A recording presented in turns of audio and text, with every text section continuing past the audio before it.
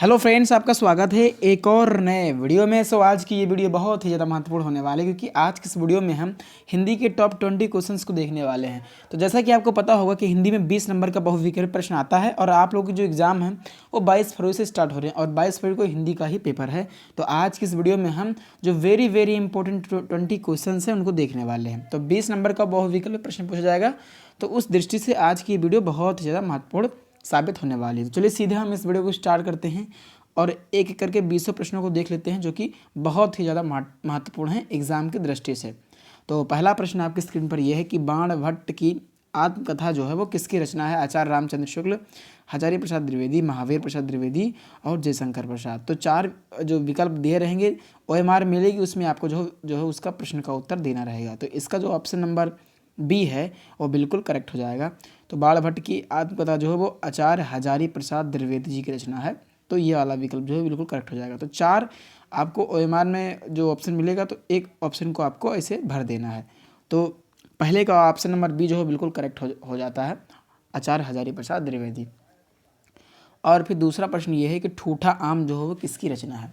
तो जो 20 प्रश्न आएंगे उसमें गद्य से भी रहेगा, पद्य से भी रहेगा और जो है व्याकरण का भी उसमें भाग रहेगा, जैसे कि समास हो गया, ये सारा कुछ जो है उसमें आएगा। तो मैं इसमें जो गद्य और पद्य के 20 इंपॉर्टेंट क्वेश्चंस हैं वो मैं आपको इस वीडियो में बता रहा हूँ, तो आपको इनको नोट कर लेना है। और अगले वीडियो में व्याकरण का जो भाग है, व्याकरण का जैसे कि आता है रस वगैरह हो गया, छंद अलंकार हो गया, तो उस पर मैं भी वीडियो बना दूंगा, तो उसके लिए आपको टेंशन नहीं लेना है।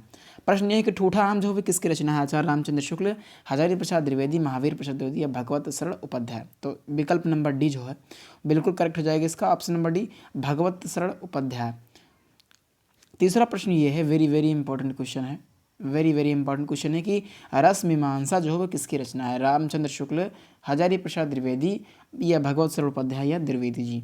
तो इसका ऑप्शन नंबर ए बिल्कुल करेक्ट हो जाएगा, आचार्य हजारी प्रसाद द्विवेदी जी। और भी जो इनकी अलग अलग रचनाएं हैं इंपॉर्टेंट वाली, इनको भी आपको देख लेना। जैसे कि एक रचना आगे आपको मिलेगी, चिंतामणि जो है वो किसकी जो है वो रचना है। ये भी इनकी बहुत ही इम्पोर्टेंट रचना है, किसकी? रामचंद्र शुक्ल जी की। तो मैं कहता हूँ कि जो आपके सिलेबस में उनकी हर एक रचनाओं को आपको पढ़ के जाना। जैसे रामचंद्र शुक्ल जी हो गए, जयशंकर प्रसाद होगी, महादेवी वर्मा होगी, सुमित्रानंद पंत होगी, इनकी एक भी रचनाओं को आपको नहीं छोड़ना है। बाकी तो हर किसी लेखक का कभी का पढ़ना ही पढ़ना है, परंतु जो आपके सिलेबस में है जीवन परिचय, वहाँ से सारे प्रश्नों को आपको देखना है। तो चौथे का विकल्प नंबर ए जो है बिल्कुल करेक्ट हो जाएगा। चलिए बढ़ते हैं अगले प्रश्न की ओर। पांचवा प्रश्न ये है आपकी स्क्रीन पर कि जो आकाशदीप है वो किसके द्वारा रचित है? या आकाशदीप जो है वो किसकी रचना है? तो ये किसकी रचना है? जयशंकर प्रसाद जी की रचना है। ऑप्शन नंबर सी जो है बिल्कुल करेक्ट हो जाएगा।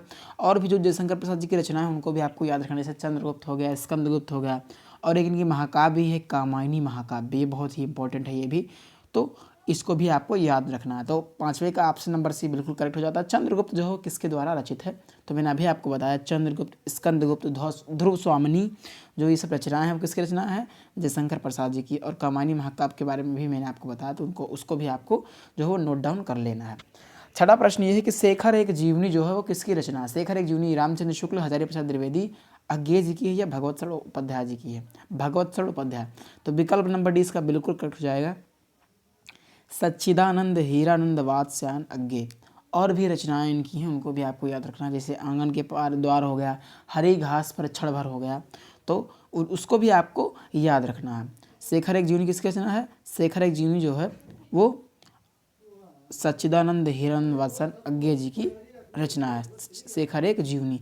फिर है मेरी असफलताएं, ये भी इम्पोर्टेंट क्वेश्चन है, किसके द्वारा रचित है? रामचंद्र शुक्ल, हजारी प्रसाद द्विवेदी, सच्चिदानंद हीरानंद वात्स्यायन अज्ञे या बाबू गुलाब राय। तो विकल्प डी इसका बिल्कुल करेक्ट हो जाता है, बाबू गुलाब राय। तो आठवें का ऑप्शन नंबर डी और सातवें का ऑप्शन नंबर सी जो है बिल्कुल करेक्ट हो जाता है। चलिए नवा प्रश्न ये कि कलम का सिपाही जो है वो किसकी रचना है? तो कलम का सिपाही जो है, विकल्प डी इसका बिल्कुल करेक्ट हो जाता है, अमृत राय। कलम का सिपाही किसे कहते हैं? कलम का जो सिपाही है वो किसकी रचना है? अमृत राय जी की रचना है। विकल्प डी बिल्कुल करेक्ट हो जाता है। हिमाचल की पुकार जो किसकी रचना है? विकल्प नंबर ए बिल्कुल करेक्ट हो जाता है, जयप्रकाश भारती। तो हिमाचल की पुकार किसकी रचना? जयप्रकाश भारती जी की रचना। फिर 10 प्रश्न हो गए आपके। अब हम और जो इंपॉर्टेंट 10 क्वेश्चन उनको भी देख लेते हैं। पहला प्रश्न ये कि प्रयोगवादी काव्यधारा की जो है वो विशेषता क्या है? तो बौद्धिकता की प्रधानता है, और विद्रोह का स्वर है या सौंदर्य भावना है। तो बौद्धिकता की प्रधानता और विद्रोह का स्वर, ये दोनों जो है वो करेक्ट हो जाएगा। ऑप्शन नंबर डी जो है वो बिल्कुल करेक्ट हो जाएगा। और आपको ये ध्यान रखना कि छायावाद युग के कौन कौन से कवि हैं, प्रयोगवाद युग के कौन कौन से कवि हैं, और भारतेंदु युग के कौन कौन से कवि, इनको भी आपको पढ़ लेना। जैसे छायावाद में बहुत फेमस आपके जयशंकर प्रसाद जी, सुमित्रानंद पंत जी, तो इनको भी आपको देख लेना है। तो जो इम्पोर्टेंट है वो मैं आपको बता रहा हूँ, आपको नोट डाउन करते हुए चलना है। दूसरा प्रश्न ये है कि छायावादी युग की प्रमुख विशेषताएं कौन है। तो ये तो मैंने विशेषता बताई, और इससे कभी भी पूछ सकता है या लेखक पूछ सकता है युग से। तो छायावादी युग के कौन से जो है वो लेखक हैं, तो जैसे जयशंकर प्रसाद जी हो गए, जयशंकर प्रसाद जी हो गए, महादेवी वर्मा जी होगी। तो ये लेखक भी पूछ सकता है छायावादी युग के, भारतेंदु युग के लेखक कौन है, तो इनको भी आपको ध्यान रखना है। तो ये विशेषता पूछ रहा है, तो इसका ऑप्शन नंबर डी करेक्ट हो जाएगा कि प्रकृति का मानवीकरण, चिंतन की प्रधानता और सुंदर की भावना जो हो किसकी विशेषताएं हैं, छायावादी युग की विशेषताएं हैं। विकल्प नंबर डी इसका बिल्कुल करेक्ट हो जाएगा। और फिर रीतिकाल की विशेषताएं आएंगे, और रीतिकाल के आपको कवि लेखकों के बारे में भी याद रख लेना कि कौन कौन से आते हैं रीतिकाल में। जैसे केशव बिहारी और भूषण, केशव बिहारी और भूषण किस में आते हैं, रीतिकाल में आते हैं। तो अब इसकी विशेषता पूछा है, तो इसका भी ऑप्शन नंबर डी करेक्ट हो जाता है। कौन कौन सी विशेषताएं, इसमें जो होती है श्रृंगार की प्रधानता होती है, किसकी, श्रृंगार की जो होती है वो प्रधानता होती है, श्रृंगार की प्रधानता होती है, कला पक्ष की प्रधानता होती है, और ब्रजभाषा की प्रतिष्ठा होती है। इसका विकल्प नंबर जो है वो डी बिल्कुल करेक्ट हो जाएगा। नेक्स्ट क्वेश्चन है, चौथा प्रश्न ये है कि प्रयोगवादी काव्यधारा के कवि हैं। कौन से प्रयोगवादी काव्यधारा के कवि हैं, तो सच्चिदानंद धीरेन्द्र बादशाह नग्गे जी हैं और भवानी प्रसाद मिश्र जी हैं। ऑप्शन नंबर डी इसका बिल्कुल करेक्ट हो जाएगा कि ए और बी दोनों। पांचवा प्रश्न ये फिर आ गया कि रीतिकाल के प्रमुख कवि हैं। कौन रीतिकाल के जो है प्रमुख कवि हैं, तो केशव बिहारी और भूषण। तो उपयुक्त जो है वो दोनों तीनों हो जाएगा, केशव बिहारी और भूषण। फिर चिदम्बरा जो है वो किसके द्वारा रचित है, और इसी रचना, ये जो रचना बहुत इंपॉर्टेंट है। क्यों इंपॉर्टेंट है, क्योंकि इस पर जो है वो सुमित्रानंदन पंत जी को ज्ञानपीठ का पुरस्कार मिला था। किस पर, चिदम्बरा पर। किस पर, चिदम्बरा पर। तो चिदम्बरा किसके द्वारा रचित है, तो सुमित्रानंदन पंत जी के द्वारा रचित है, और इस पर इनको ज्ञानपीठ का पुरस्कार भी दिया गया है। तो इसलिए ये प्रश्न इंपॉर्टेंट बनता है इस बार के बोर्ड एग्जाम के लिए, तो इसको आपको याद करके ही जाना है। सातवां प्रश्न ये कि साकेत महाकाव्य जो है वो किसकी रचना। साकेत ये एक महाकाव्य है, किसकी रचना है, मैथिली शरण गुप्त जी की रचना है। और मैंने एक महाकाव्य बताया कामायनी महाकाव्य, कामायनी महाकाव्य किसकी रचना है, तो जयशंकर प्रसाद जी की रचना। तो इसको भी आपको याद रखना, इस महाकाव्य को भी, और इसको भी याद रखना। साकेत महाकाव्य किसकी रचना है, ये है मैथिली शरण गुप्त जी की रचना है। तो विकल्प नंबर 20 का बिल्कुल करेक्ट हो जाता है। फिर आता है प्रेम वाटिका किसकी रचना है, ये रसखान जी की रचना है। विकल्प नंबर ए जो है बिल्कुल करेक्ट हो जाता है। नवा प्रश्न ये रश्मि रथी जो है वो किसकी रचना है, रश्मि रथी।